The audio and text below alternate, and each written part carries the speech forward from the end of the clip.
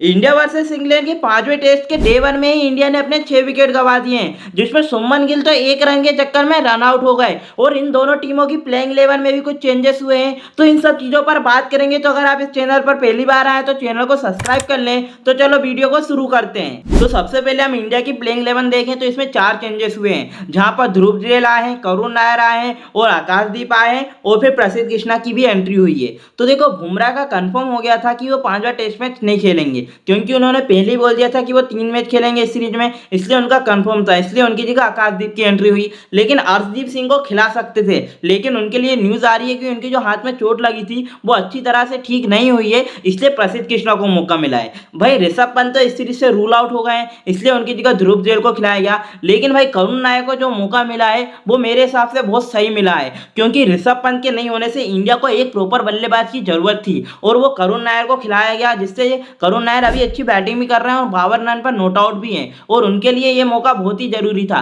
क्योंकि इस सीरीज में उन्हें मौके मिले लेकिन उन्होंने अच्छा प्रदर्शन नहीं किया था। इसलिए उन्हें ये मौका मिलना बहुत जरूरी था, जिससे वो खुद को साबित कर सकें और वो अभी अच्छी बैटिंग कर भी रहे हैं। और अभी इंग्लैंड की प्लेइंग 11 में भी उन्होंने 4 चेंजेस किए हैं, जहां पर भाई जोफ्रा आर्चर भी नहीं खेल रहे हैं और बैन स्टोक भी नहीं खेल रहे हैं और ब्रैंडम कास भी नहीं खेल रहे हैं। मतलब इनके जो तीनों प्रॉपर फास्ट बॉलर हैं वो तीनों ही नहीं खेल रहे हैं। देखो, जोफ्रा आर्चर का तो वर्कलोड, मतलब कि वो भी फास्ट बॉलर है, वो भी 150 की स्पीड से डालता है, तो उनको रेस्ट करना था।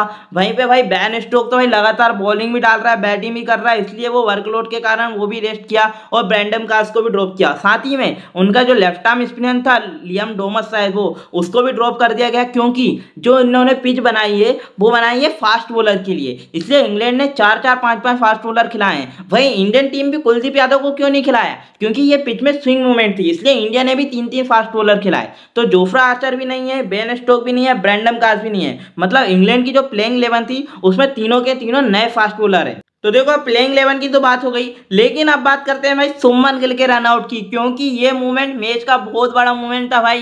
क्योंकि बस एक रन के चक्कर में सुमन गिल भाई अपना रनआउट हो जाते हैं। वो भी बहुत अच्छी बैटिंग कर रहे थे, बेहतरीन काट शॉट, पुल शॉट सब मार रहे थे, लेकिन एक रन के चक्कर में रनआउट होते हैं। और वो रन था भी नहीं, जस्ट उन्होंने टेप करा और बॉलर के हाथ में बॉल आई और वो आधी क्रीज पे आ गए। अगर भाई साई सुदर्शन भी भागता तो वो भी रन आउट हो जाता। तो इसमें भाई पूरी गलती सुमन गिल की थी। अच्छा, वो सुमन गिल ही आउट हुआ भाई, क्योंकि जो गलती करे तो वही आउट हुए, दूसरा बल्लेबाज क्यों आउट हुआ? वैसे भी वो बेचारे की अभी डेब्यू कर रहा है, अगर वो रनआउट में विकेट गंवा देता तो क्या हो जाता उसका। इसलिए अच्छा वो सुमन गिल रनआउट हुए, लेकिन इंडिया के लिए भाई बहुत बड़ी मुश्किल की बात थी, क्योंकि सुमन गिल इस सीरीज में बहुत अच्छा खेल रहे थे और ये लास्ट मैच इंडिया के लिए बहुत ज्यादा इंपॉर्टेंट है, क्योंकि अगर ये हम ड्रॉ भी करते हैं, हारते हैं, तो ये सीरीज हार जाएंगे और इंडिया ने अभी अपने 6 विकेट भी गंवा दिए हैं। इसलिए सुमन गिल का विकेट तो भाई बहुत बड़ा विकेट था इंडिया के लिए। तो अब बात करते हैं भाई एम्पायर की। आप बोलोगे एम्पायर की क्या बात, तो मैं भाई बता दूं, मैंने लाइव में देखा तो एम्पायर भाई कुछ ऐसा इशारा कर रहे थे, मतलब बैट में लगी है बॉल। देखो, जब साई सुदर्शन के पैर में लगी और वो नीचे गिर गए तो इंग्लैंड वहां रिव्यू पक्का लेती और उनका रिव्यू जाता, लेकिन हमारे एम्पायर भाई ने पहले दिखा दिया कि भाई बैट में लगा है और रिव्यू मत लो। इससे रिव्यू उन्होंने इंग्लैंड वालों ने नहीं लिया और उनका एक रिव्यू बच गया। अभी के समय भाई एम्पायर कुछ बता नहीं सकते है कि भाई पैर में लगी है या फिर डाउन द लेग जा रही है, नहीं बता सकता, क्योंकि भाई रिव्यू ले लो तुम। पर उन्होंने अपना इशारा दिया और इंग्लैंड ने वहां रिव्यू नहीं लिया और इंग्लैंड का एक रिव्यू बच गया। अगर इंग्लैंड वहां रिव्यू ले लेती तो उनका एक रिव्यू चल जाता और इंडिया को इससे ये फायदा भी मिलता।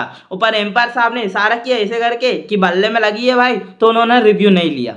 तो अब बात करते हैं कि इंडिया की अभी क्या पोजीशन है। तो देखो, इंडिया ने अभी 204 रन पर 6 विकेट गंवा दिए हैं और वाशिंगटन सुंदर और करुण नायर बैटिंग कर रहे हैं, जहां पर करुण नायर बहुत अच्छा खेल रहे हैं और 52 रन पर नॉट आउट है। साथ ही में वाशिंगटन सुंदर ने तो पिछले मैच में सेंचुरी मार के आई है, तो वो बहुत अच्छा खेल रहे हैं अभी। लेकिन इंडिया ने अपने ओपनर्स बहुत जल्दी गंवा दिए थे, जहां पर जयसवाल और केएल राहुल बहुत जल्दी आउट हो गए थे। साई सुदर्शन ने थोड़ा अच्छा खेला और 38 रन बनाए, लेकिन फिर सुमन गिल रनआउट होते हैं भाई। अगर वो रनआउट नहीं होता तो इंडिया के अभी 5 ही विकेट गिरते और 204 रन होते, और 204 रन भाई अभी पहले दिन के लिए इस पिच पर बहुत अच्छा स्कोर है, क्योंकि यहाँ पर स्विंग मूवमेंट बहुत ज्यादा हो रहा है। जो इंग्लैंड के बॉलर से तो कंट्रोल भी नहीं हो रही थी, बहुत वाइड बॉल डाल रहे थे, उनसे कंट्रोल नहीं हो रही थी और एक दो बॉल अच्छी गिरी इसलिए उन्हें विकेट मिले, वरना वो विकेट लेने वाली बॉलिंग नहीं कर रहे थे। लेकिन अगर उनके मेन बॉलर खेलते, जो कि तीनों ही नहीं खेल रहे थे, जोफ्रा आर्चर, बेन स्टोक और ब्रैंडम कास, तो कुछ अलग हो सकता था। लेकिन इंडिया के पास भी अच्छे बॉलर हैं, जहाँ 3-3 फास्ट बॉलर हैं और इस पिच पर अच्छा स्विंग मूवमेंट हो रहा है तो इंडिया इंग्लैंड को जल्दी ऑल आउट भी कर सकती है। और अब बेन स्टोक्स भी नहीं खेल रहा है